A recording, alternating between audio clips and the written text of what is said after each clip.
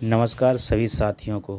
स्वागत है आप सभी का डीजीआर सिनेमा में। इसमें आप सभी को एनिमेशन कलरफुल स्टोरीज मिलेगी और बहुत ही इंटरेस्टेड मिलेंगी, लाइफ से रिलेटेड मिलेंगी। थैंक यू, धन्यवाद। चलो देख। बहू और बेचारी भूली सास।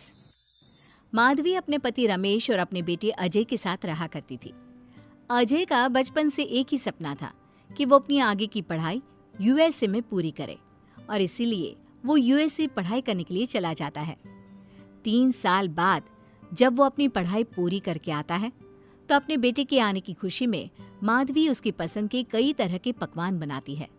और जब घर की डोरबेल बजती है तो माधवी अपने पति रमेश को कहती है, लगता है मेरा अजय आ गया है, आप यहीं बैठना, मैं दरवाजा खोलती हूँ।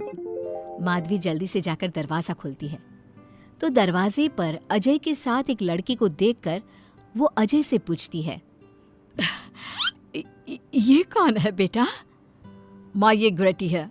हम दोनों यूएसए में साथ ही पढ़ते थे और अब ग्रेटी इस घर की बहू है। क्या बहू? अरे बेटा, तूने शादी कर ली और बताया भी नहीं।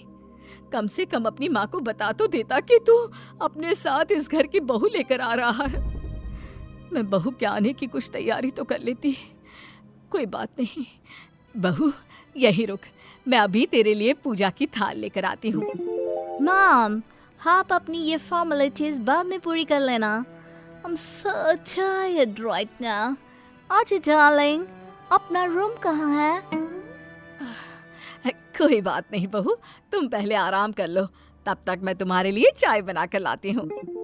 ग्रेटी अपनी सास की किसी भी बात का कोई जवाब नहीं देती और अपने रूम में जाकर सो जाती है।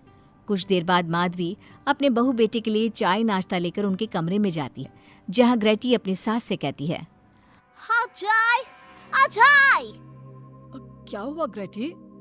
अपनी मॉम को बोलो कि अब ये जब भी हमारे कमरे में आए तो नॉक करके आए। आपसे मैं ऐसा ही करूंगी बहू।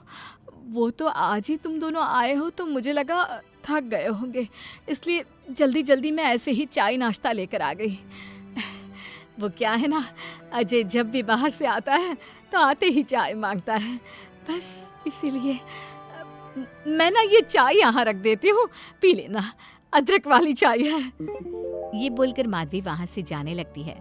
तभी ग्रेटी अपनी सास से कहती है, जाते हुए अपनी साथ अपनी ये चाय भी ले जाओ, क्योंकि अजय अब चाय नहीं पीता। हाँ माँ, जब से मैं यूएसए गया हूँ तब से मैंने चाय पीनी छोड़ दी है। अब एक काम करो, हम दोनों के लिए कॉफी ले आओ, मैं सच में बहुत ज्यादा थक गई हूँ। अरे ठीक है, ला देती हूँ। अच्छा बेटा, तुम्हारे मम्मी पापा इंडियन है या फिर वही अंग्रेजी है?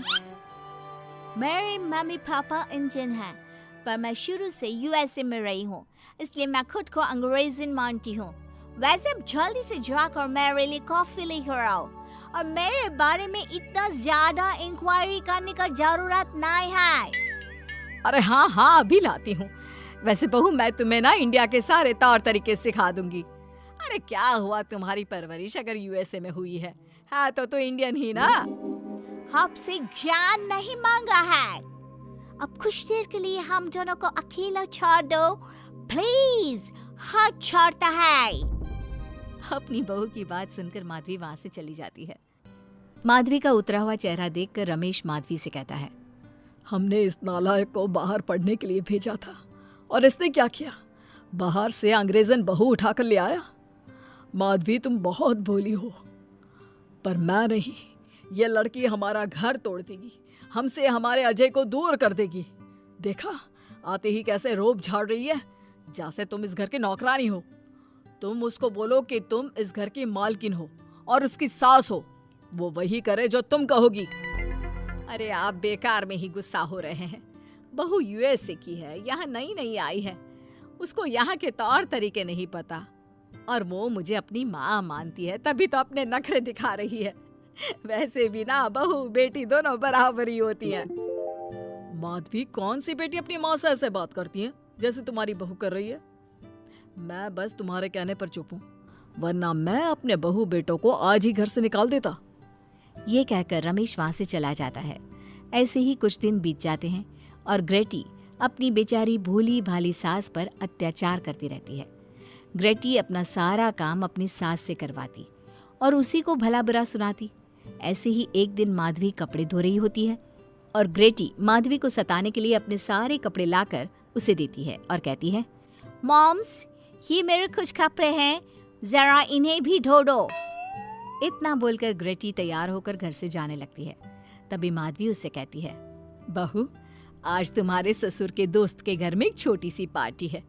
उन्होंने सह परिवार बुलाया है। मैं चाहती हूँ कि तुम और अजय भी आज हमारे साथ वहाँ चलो और आज ना साड़ी पहनना।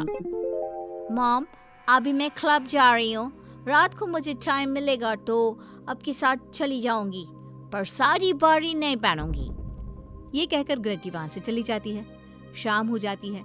सब ग्रेटी के घर आने का इंतजार करते हैं और इस वजह से कोई भी पार्टी में नहीं जा पाता। इंतजार करते करते रात के 12 बज जाते हैं। 12 बजे रात को ग्रेटी नशे की हालत में जख्मी घर आती है। अपनी बहू के सर और हाथ पर लगी चोट देखकर माधवी परेशान हो जाती है और जल्दी से फर्स्ट एड का बॉक्स लाकर अपनी बहू के सर पर पट्टी करती है। एक माँ की तरह प्यार करते हुए वो अपनी बहू से कहती है, बहू, तुझे चोट कैसे लग गई बेटा? मैं घर आ रही थी, एक बाइक वाले से मेरी टक्कर हो गई। कोई बात नहीं बेटा, कल सुबह होते ही तुझे अपने फैमिली डॉक्टर के पास ले जाऊंगी। अच्छा, अब तू ना आराम कर, मैं तेरे लिए अभी हल्दी वाला दूध लेकर आती हूँ।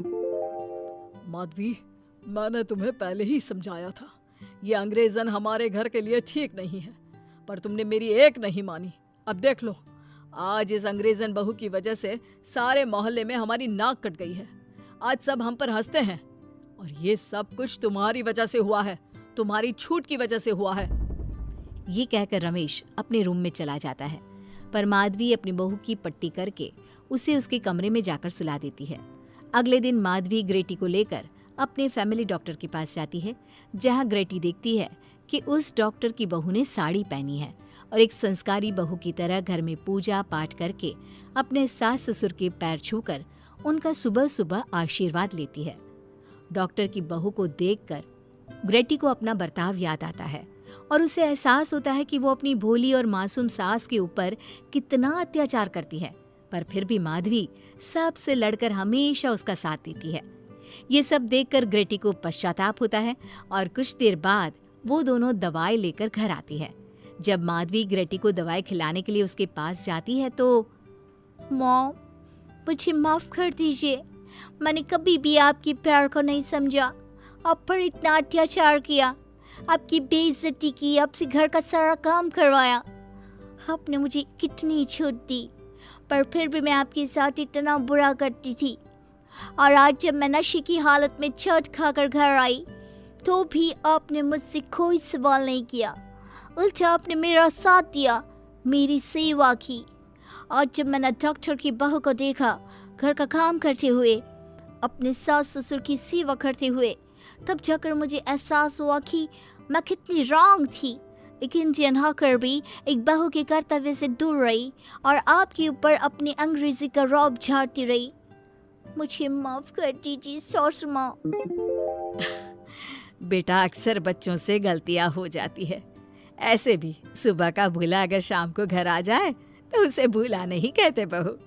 और मुझे बहुत अच्छा लग रहा है ये देखकर कि मेरी अंग्रेजन बहू कितनी समझदार हो गई है।